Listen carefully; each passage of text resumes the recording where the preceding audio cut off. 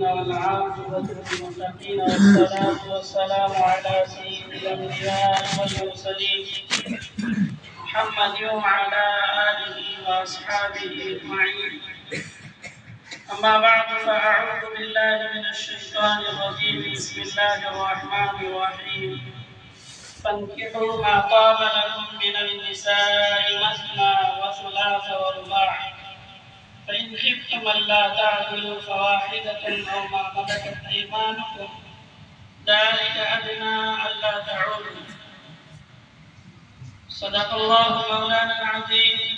قال النبي صلى الله عليه وسلم: يا معشر الشباب من استطاع منكم الباء فليتزوج فإنه أغض للبصر وأحسن للفرج او كما قال علیہ الصلوۃ والسلام. بزرگان محترم، مجھے حکم دیا گیا ہے کہ 10 مضامین آپ لوگوں کے سامنے نکاح کے متعلق کچھ چیزیں پیش کی جائیں. دوستو بھائیوں، یہ جو کائنات وجود میں آئی ہے وہ نکاح ہی کے ذریعے سے آئی ہے. کائنات جو ختم ہوگی وہ نکاح ہی کے ذریعے ختم ہوگی. نکاح ختم ہو گیا، کائنات کا وجود میں آنا بند ہو جائے گا، تو اب پھر کائنات کا وجود بھی ختم ہو جائے گا. ہم سب کو اچھی طرح یاد رکھنا چاہیے کہ ہم سب جس محفل میں جمع ہیں وہ خوشی کی محفل ہے. ہم سب خوشی کے ماحول میں بیٹھے ہوئے ہیں، ہم سب خوش ہیں. تو ہمیشہ اس بات کو اپنے ذہنوں میں رکھنا چاہیے، ہمارے ہر عمل سے ہمارا اللہ راضی ہو. دنیا میں آنے کا مقصد یہی ہے کہ ہم اللہ کو پہچان کر اللہ کو راضی کر کے دنیا سے چلے جائیں. اللہ کب راضی ہوں گے، اللہ کب ہمارے سے خوش ہوں گے؟ اللہ راضی اس وقت ہوں گے جبکہ اس کے حکم کو جناب رسول اللہ صلی اللہ علیہ وسلم کے طریقے پر پورا کیا جائے. مثال کے طور پر نماز پڑھنا اللہ کا حکم ہے، لیکن کیسے پڑھنا کس نے بتایا؟ نبی نے بتایا. نبی کے طریقے پر کرو تو نماز تمہاری مکمل ہوگی، نماز تمہاری پائے تکبیر تک پہنچے گی. ایسے ہی نکاح کرنا عبادت ہے، اللہ کا حکم ہے، لیکن اس کو کیسے پورا کریں گے؟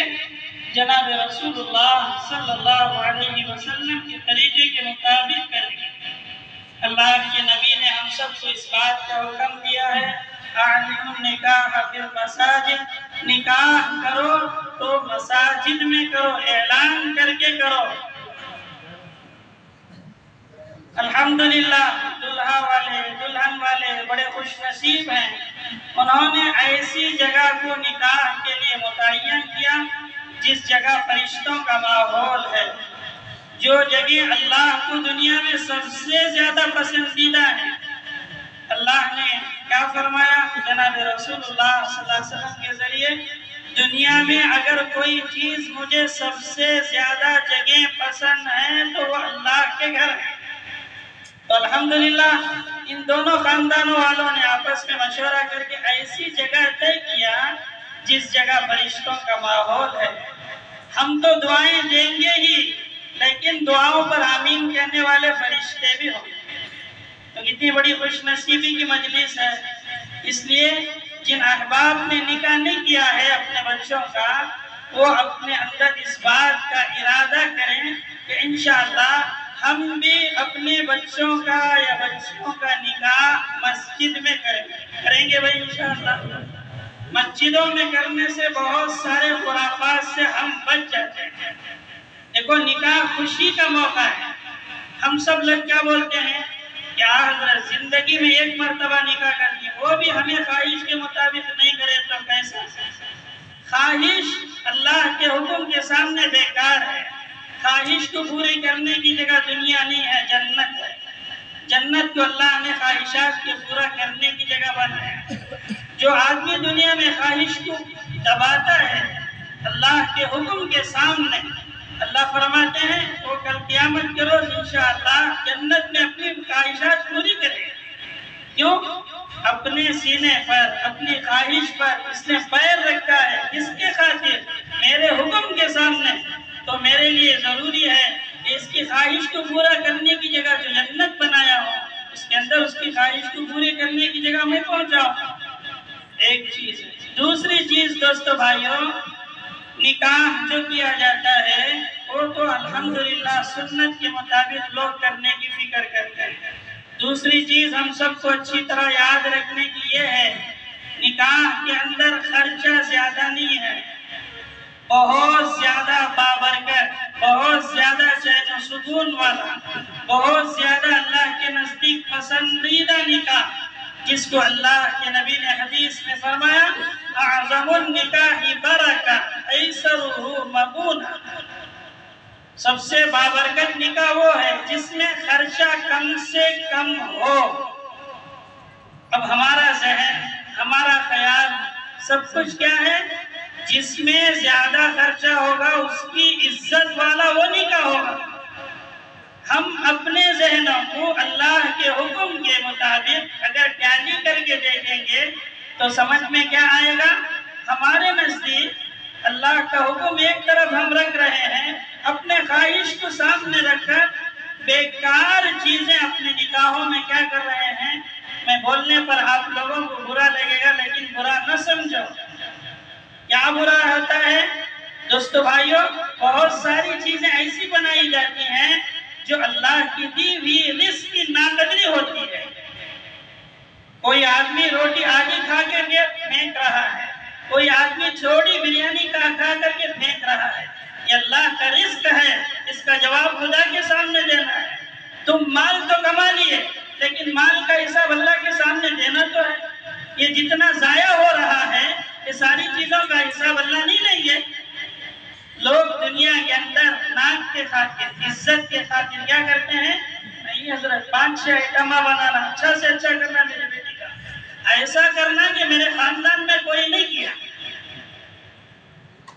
وہاں پر نہ اللہ کا حکم دیکھا جاتا ہے نہ نبی کا طریقہ دیکھا جاتا ہے. دوستو بھائیوں ایسا ہرگز نہ کریں تو کیسا کریں؟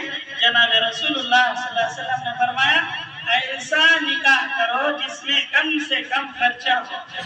اور ہم سب کو یہ بات بھی اچھی طرح یاد رکھنا چاہیے، نکاح میں جو خرچہ ہے وہ دلہا پر ہے، دلہن پر کچھ بھی نہیں ہے. دلہا پر 2 چیزیں ہیں، اپنی استطاعت کے بقدر ولیمہ کرے، سنت ہے. اس میں بھی شان جتانا نہیں، خرچ لے کو بہت سارے لوگ 2 لاکھ روپے، 3 لاکھ روپے، 4 لاکھ روپے میری بچی کے واسطے میں قرضہ لیا. ارے تم ایک دوسرے کے لیے بوجھ کیوں بن رہے ہو؟ ایک دوسرے کے دل کو تکلیف کیوں پہنچا رہے ہو؟ نہیں حضرت انہوں خواہش سے کر تو بولے سو. خواہش کسی کی بھی دل کو تکلیف دے کر پوری نہیں کی جاتی. دل کو ٹھیس پہنچا کر کسی کی خواہش کو پورا نہیں کیا جاتا. اس لیے فرمایا دل کا زخم سوکھتا نہیں ہے. جراحات اللسان الحدیہ میں ایک شعر ہے جس کے اندر فرمایا گیا ہے شیشہ ٹوٹ گیا تو اسے جما سکتے ہیں، کوئی اور چیز گئی تو ٹوٹ گئی تو اسے جما سکتے ہیں، لیکن دل ٹوٹا، دل کو تکلیف پہنچی تو اس دل کو تم جوڑ نہیں سکتے. دل میں کب تک تکلیف رہے گی؟ زندہ رہے تک یاد رکھے گا. اس لیے نکاح کے اندر 2 خرچے ہیں، دونوں خرچے وہ کس پر ہیں؟ دلہا پر ہیں. اپنے استطاعت کے بقدر کیا کرے؟ ولیمہ کرے. اور مہر ہے، مہر اپنے استطاعت کے بقدر دینا واجب ہے. اگر نہیں دیں گے اللہ کے سامنے اس کی پوچھ ہوگی. یہ بیوی کا حق ہے. بہت سارے لوگ مہر ادار باندھتے ہیں، ادار ہرگز نہ باندھتے. جتنا ہو سکے تمہارے پاس کچھ نہ کچھ نقد دینے کی فکر کریں. مہر کیا کرنا ہے بھائی؟ نقد دینا ہے، ادھار دینا نہیں ہے. اس لیے ہم سب کو کیا کرنا چاہیے؟ جہاں کہیں بھی نکاح ہوتا ہے ہم ان 2 چیزوں پر خیال رکھنا چاہیے. دونوں چیزیں دین سے متعلق ہیں. اس کے علاوہ جتنی بھی چیزیں وہ خواہش کے مطابق ہیں. اللہ کے نبی صلی اللہ علیہ وسلم نے حدیث پاک کے اندر ارشاد فرمایا، یہ بات بول کر میں اپنی بات کو ختم کر دوں. یا معاشر الشباب، اے نوجوانوں کی جماعت، اللہ تبارک و تعالیٰ نے، اللہ کے نبی نے نوجوانوں کو مخاطب کر کے فرمایا منکم الباء، تمہارے اندر من استطاع منکم الباء، تمہارے اندر اتنی طاقت پیدا ہو گئی کہ اب تم کو نکاح کا تقاضا ہے، تم ایک نکاح کرنا چاہتے ہو، تو والدین کو چاہیے کہ نکاح کرنے میں دیری نہ کریں۔ جو ہی بچہ ہو یا بچی ہو نکاح کی عمر کو پہنچ جائیں تو دوستو بھائیوں نکاح کے اندر جلدی کرنا چاہیے۔ یہاں رک کر میں آپ لوگوں کو ایک بات بتاؤں، علماء نے کتابوں کے اندر لکھا ہے بچہ ہو یا بچی ہو دونوں جب نکاح کی عمر کو پہنچ گئے، تم نے نکاح کرنے میں دیر کیا، خامخواہ پیسے نہیں، پیسوں کی تو آج کل دوستو بھائیو اللہ کے نبی کے بارے میں صحابہ کے نکاح دیکھے کھجور پانی میں ہوتے تھے، لیکن آج ہم لوگ اتنے پیسے جوڑنے کی فکر میں ہیں، بچے غلط راستے پر جا رہے ہیں، بچیاں غلط راستے پر جا رہے ہیں، بچے کی نگاہ غلط پڑ رہی ہے کہ جتنے بھی گناہ ہو رہے ہیں نکاح کرنے تک برابر اس گناہ میں ماں باپ کریں گے۔ جب تک تم نکاح نہیں کرتے اس وقت تک جتنا بچہ ہو یا بچی ہو گناہ کر رہے ہیں، دیکھ رہے ہیں غلط، سوچ رہے ہیں غلط، بول رہے ہیں غلط، بچی کی نگاہ کے اندر یا بچی کی خواہش کے اندر جتنے بھی گناہ کی چیزیں پیدا ہو رہی ہیں یہ سب کا ثواب نہیں، عذاب سمجھو، سزا، گناہ برابر ماں باپ کے لسٹ میں لکھی جائے۔ کیوں؟ تمہارا حق تھا کہ ان کا جلد سے جلد نکاح کرتے، اب جلد سے جلد نکاح کرنے میں مصیبت کیا ہے؟ ہمارے پاس سامنے والوں کو ہمیں کیا دیکھتے ہیں؟ دینداری دیکھتے ہیں، ہمیں مال دیکھتے ہیں، نہیں تو اچھا خاندان ہے کیا دیکھتے ہیں، خوبصورت ہے کیا دیکھتے ہیں۔ یہ چیزیں دیکھنے سے منع نہیں ہے، لیکن خدا کے نبی کا ارشاد ہے تنکح المرأة لأربع لمالها ولجمالها ولحسبها ولدينها فاظفر بذات الدين تربت يداك۔ چار چیزیں بیان فرمائی گئی۔ مال کو دیکھ کر نکاح کرتے ہیں چند لوگ خاندان والا کتنا شریف خاندان والا رہے گا، چند لوگ کیا کہتے ہیں بچی خوبصورت ہے یا نہیں ہے، لیکن اللہ کے نبی نے فرمایا ان چیزوں کو ہٹ کر جو آدمی دینداری کو دیکھ کر نکاح کرتا ہے، بچے کے اندر دینداری ہے کیا نہیں ہے، بچی کے اندر دینداری ہے کیا نہیں ہے، یہ چیزیں دیکھ کر جب کرتا ہے نکاح، اللہ کے نبی نے دعا دی اے اللہ ایسا نکاح کرنے والوں کے نکاح میں کامیابی عطا فرما۔ تو دوستو بھائیو ہم سب کو نکاح کرنے میں جلدی کرنے میں مال نہیں دیکھنا چاہیے، مال خدا کی دی ہوئی نعمت، آج ہمارے پاس ہے کل دوسروں کے پاس چلا جائے گا، خوبصورتی دو دن رہے گی ختم ہو جائے گا، حسب نسب اونچا خاندان والا ذرے دن رہیں گے ختم ہو جائے گا، لیکن دین دنیا میں بھی مرنے کے بعد بھی آخرت میں بھی انشاءاللہ صحیح زندگی گزارا ہوگا، جنت میں جانے تک بھی ساتھ آئے گا۔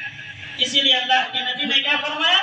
دین کو دیکھ کر نکاح کرو، دین کو دیکھ کر نکاح کرنے میں تمہارے لیے کامیابی ہے۔ تو حدیث کا ترجمہ بول کر میں اپنی بات کو ختم کروں، نکاح اس لیے کیا جاتا ہے دو چیزوں سے بچنے کے لیے۔ ان چیزوں سے یا معاشر الشباب من استطاع منکم الباء، اے نوجوانوں کی جماعت جب تمہارے اندر نکاح کرنے کی طاقت آ جائے تو تم کیا کرو؟ نکاح کرو۔ کیوں؟ فَإِنَّهُ أَغَضُّ لِلْبَصَرِ، اس لیے کہ تمہاری آنکھوں کی حفاظت ہوگی، تم غلط دوسرے نامحرموں پر نگاہ نہیں ڈالو گے، غلط لڑکیوں پر نگاہ نہیں پڑے گی۔ غلط لڑکیوں پر نگاہ کیوں نہیں پڑے گی؟ اس لیے کہ اسلام نے جو خواہش کو پورا کرنے کا طریقہ بتایا ہے وہ نکاح کے ذریعے حلال طریقہ بتایا ہے۔ جب حلال طریقے سے خواہش پوری ہوتی ہے تو اب غلط طریقے سے خواہش کرنے میں انسان بچ جاتا ہے۔ دوسری چیز کیا بتایا؟ وَأَحْسَنُ لِلْفَرْجِ، شرمگاہ کی حفاظت ہو جاتی ہے۔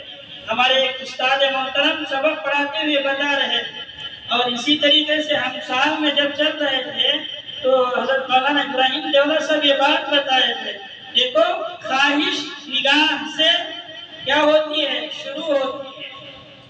خواہش کا مطلب ہم سب کو سمجھنے کے لیے میں آپ لوگوں کو بتا دیتا ہوں، زنا کا جو عمل شروع ہوتا ہے وہ آنکھوں سے شروع ہوتا ہے، زنا ختم کہاں ہوتا ہے؟ شرمگاہ سے ختم ہوتا ہے۔